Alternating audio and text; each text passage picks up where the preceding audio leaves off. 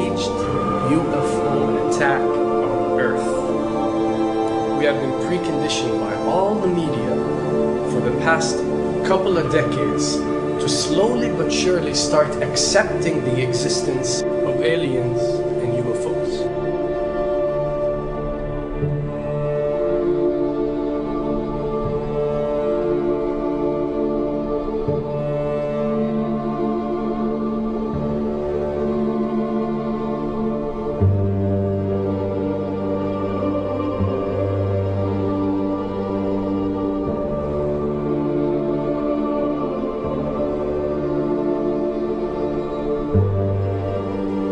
I can tell you right now that 99% of every UFO sighting that has ever taken place has actually not been an unidentified flying object, because this has always been military technologies.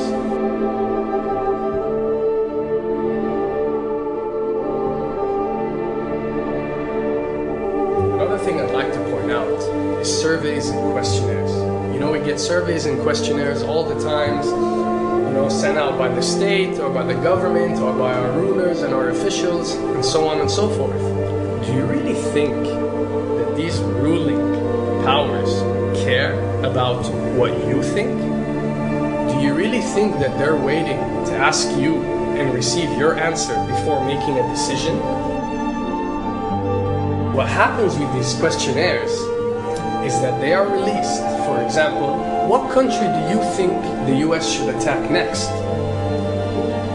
And if it yields back results like 70% of the US population believe Iran is the next country that should be attacked, this is actually a study conducted for the effectiveness of the media propaganda that they are using. So when they get such results, they look at it and they be like, all right, amazing. Our media propaganda is working. We are purposely trying to manipulate people to think that Iran should be the next one, and check out the survey results. We're doing a great job in propaganda. That's what it's all about. And if the results come back and they aren't up to par, so let's say 20% want war with Iran and 80% want actual peace, they say, okay, so now we have to go and rework our media propaganda and make it more effective so these percentages change. Why am I saying this? Because of the UFO phenomena.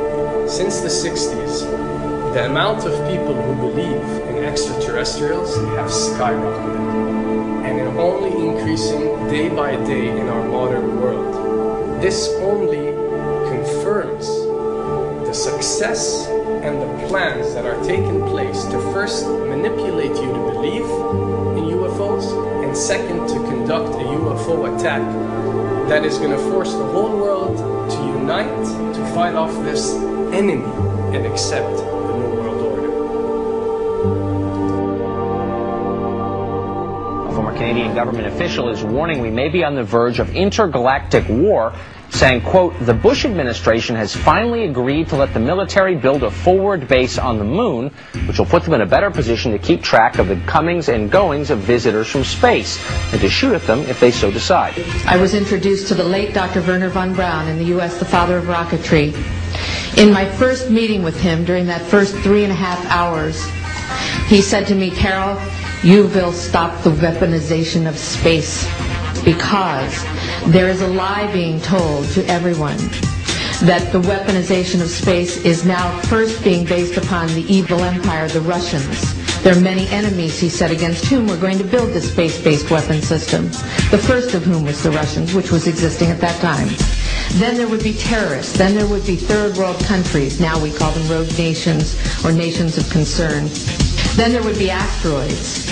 And then he would repeat to me over and over, and the last card, the last card, the last card would be the extraterrestrial threat. As a military strategist, as a person who worked on the MX missile, which I did later, he said, you will find that there is going to be a spin to find some enemy against whom we have to build space-based weapons, and now we should expect the spin. And that's the formula, except that it's all based on a lie. A supersonic saucer. Called the Silver Bug, it was truly revolutionary. The plans show in detail a multi-jet engine craft that boasted amazing maneuverability and speed. It's an intriguing thought that this concept may tie in with the work of the German scientists who brought saucer technology to the US at the close of the Second World War. What was needed were certain cover stories. What do you do when people are spotting aircraft and then telling reporters that they've seen something very unusual flying out of an airbase in Nevada? And frankly, this was the origin of a lot of the sightings that took place in the mid-50s, 1954, 55, 56, of unidentified flying objects, the UFOs. So the CIA was involved in encouraging people to believe that, yes, they saw UFOs, and the CIA and the military tried to be very helpful to reporters to get these stories out, to divert the attention of the country, and particularly the people in this region, about what they had actually seen.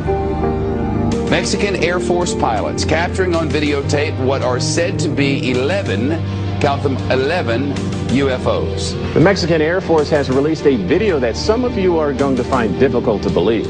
A journalist says it shows images of UFOs tracking a Mexican military plane. So what's the truth about UFOs? The story of successive attempts to develop radically new forms of flight, conducted under the strictest secrecy, is inextricably bound up with our relationship with UFOs over the last 60 years. Whether it's Allied pilots buzzed by strange balls of fire in 1942, or the Roswell incident 5 years later, there is a strong case to be made that secret military technology offers a convincing explanation for many UFO stories. Anytime the government has secrets that they can keep from us, they can manipulate us by those secrets. In essence, they still remain 25 years at least ahead of us in technology, information, and knowledge, and secrets, and they are using them against us. I heard over the years many times over that the plan to usher in the New World Order would be to make all the people in this country and around the world feel totally helpless to prevent the New World Order from occurring, this world dominance plan, by saying that we had been invaded by aliens, so that we would say, oh please UN, come in and help us all. So bear in mind that there is a planned orchestration to get people to be submissive through the secret technology and information that they're keeping from you under the blanket of the so-called National Security Act.